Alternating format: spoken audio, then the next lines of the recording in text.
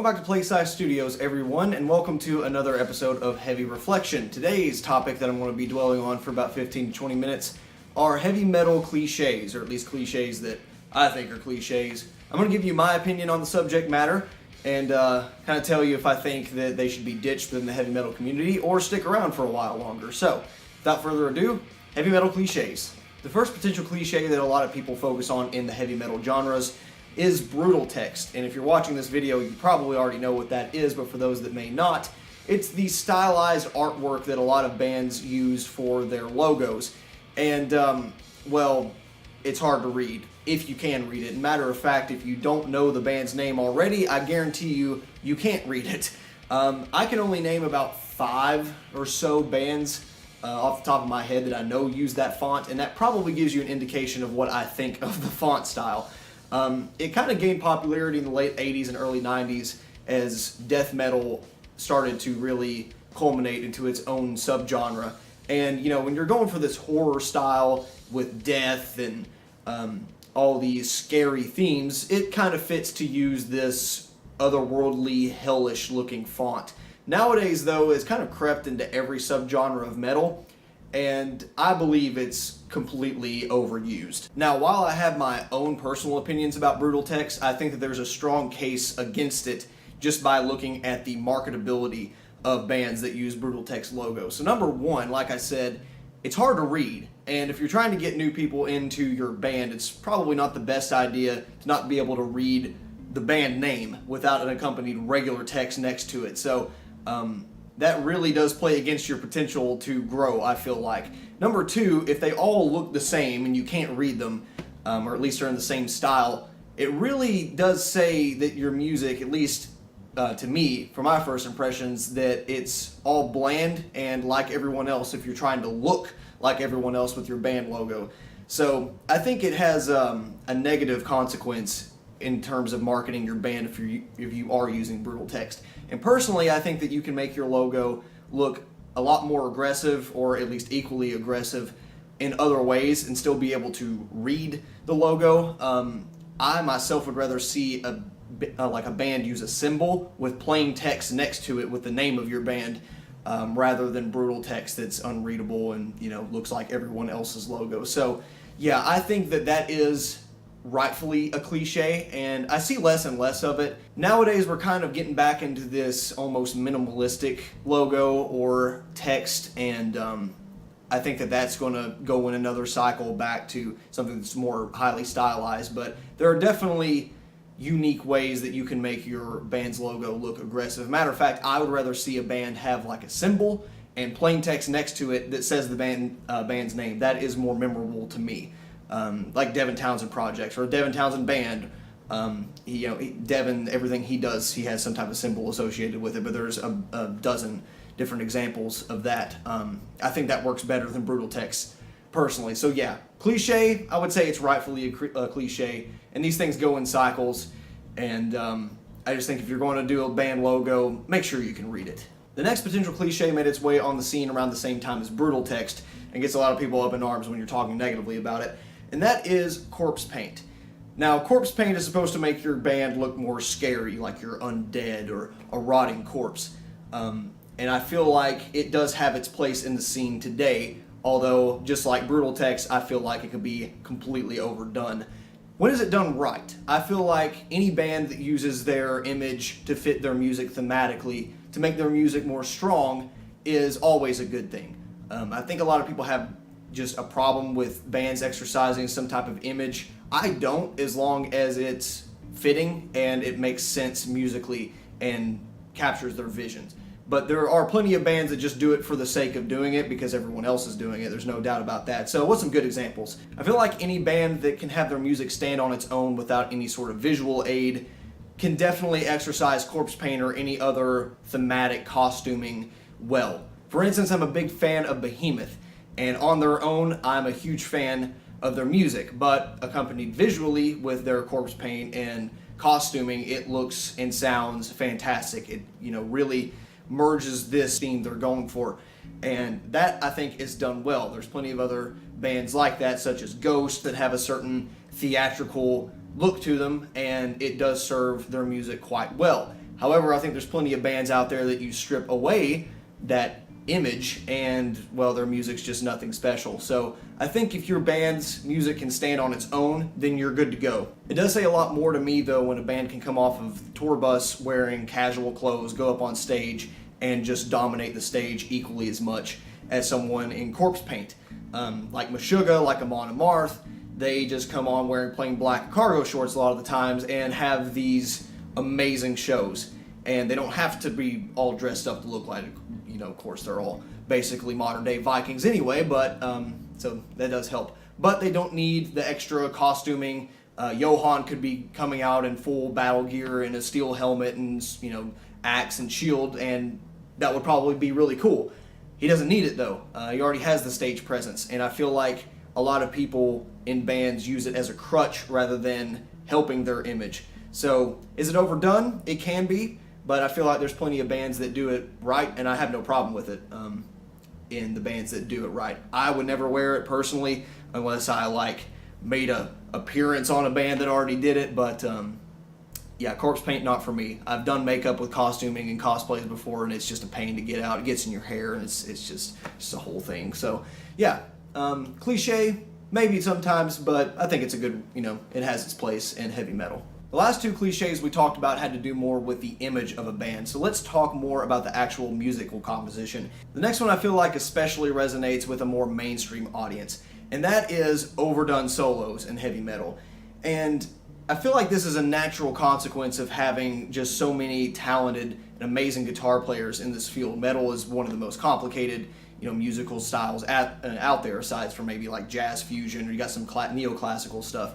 But as far as complicated goes, metal in its subgenres is definitely at the top. So of course you're going to have all these amazing guitar players coming in that are going to want to show off their skills. However, a lot of the times I feel like that solos are just there for solos.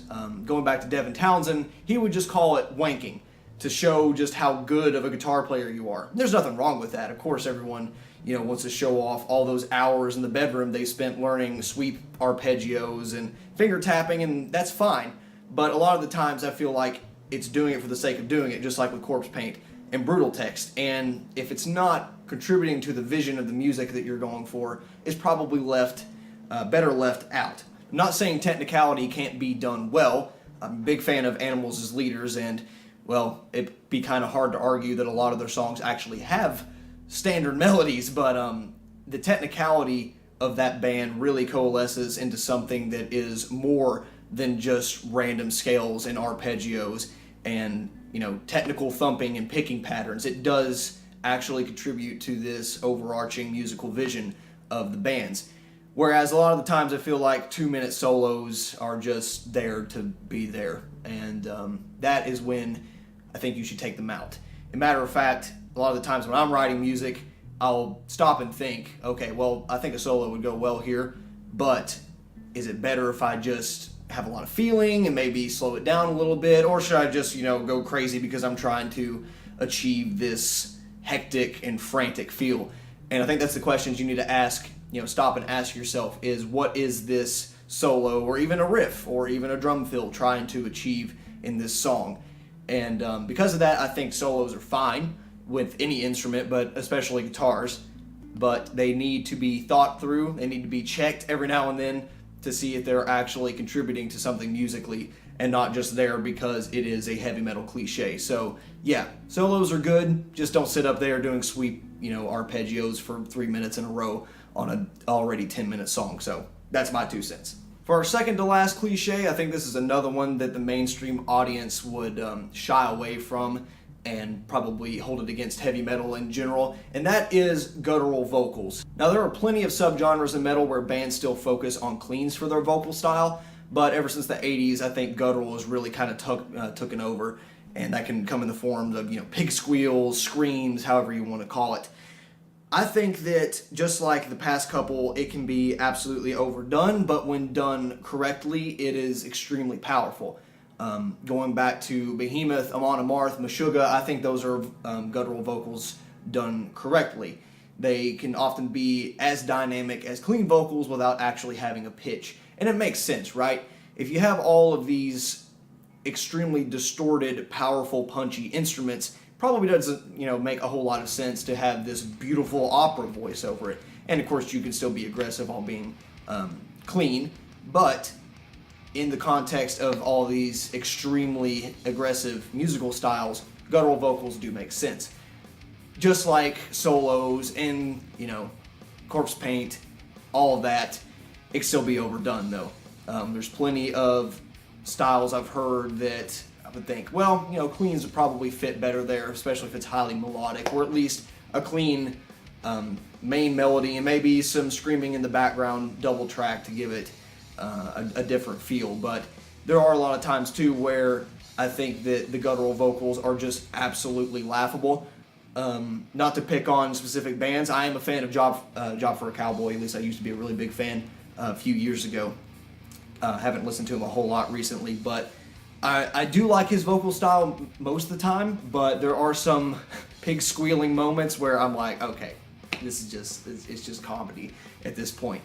So guttural vocals, big scary dudes screaming into a microphone, it does absolutely take talent, and don't ever think it doesn't, because if you try to scream along to a song in a car, I guarantee you, if you're not used to it, you'll want to pass out in about 15 seconds. It takes a lot of technique, a lot of training your vocal cords, and if you don't do it correctly, you will permanently damage your vocal cords. So the guys that can go up there on stage, do it night after night after night without a break, can record these albums, for 8 to 12 hours a day. They absolutely have talent. However, just like with the guitar players that have talents that are sitting up there, 3 to 5 minutes doing a solo, you should probably do it in moderation and in ways that fit the music. So guttural vocals, do they fit? Yeah, absolutely. And there are plenty of uneducated people that will just shy away from heavy metal because, it's a big scary man screaming into a microphone. And that's not, what they're trying to go for. It's because they're trying to match the aggressiveness and intensity of the music. But like everything else, there is a limit and should be exercised with caution.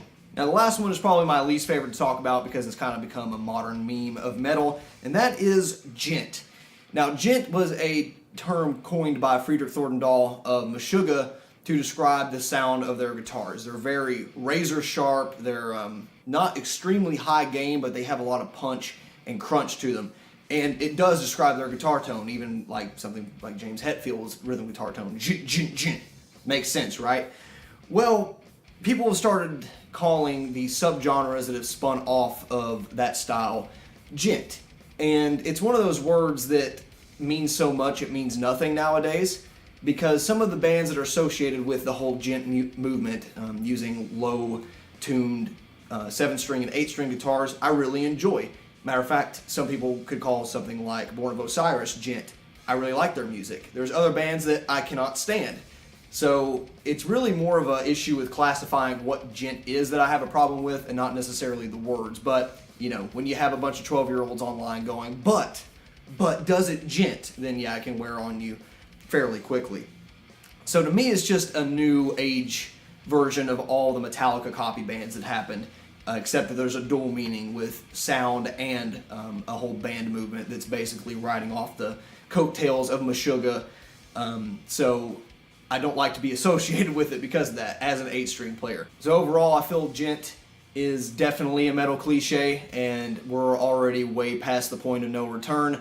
And like all inspired subgenres, you're going to have a large portion of it that is just imitation garbage, and a good minority of it that is unique and just suffers from being, associated with the rest of the trash that is there. So, and it is unfortunate, right? Because there's a lot of great players in it. And even some of the people that are doing what is basically just straight mimicry of their inspirations that doesn't mean they're not talented. It just means that it's been done before and it's not unique.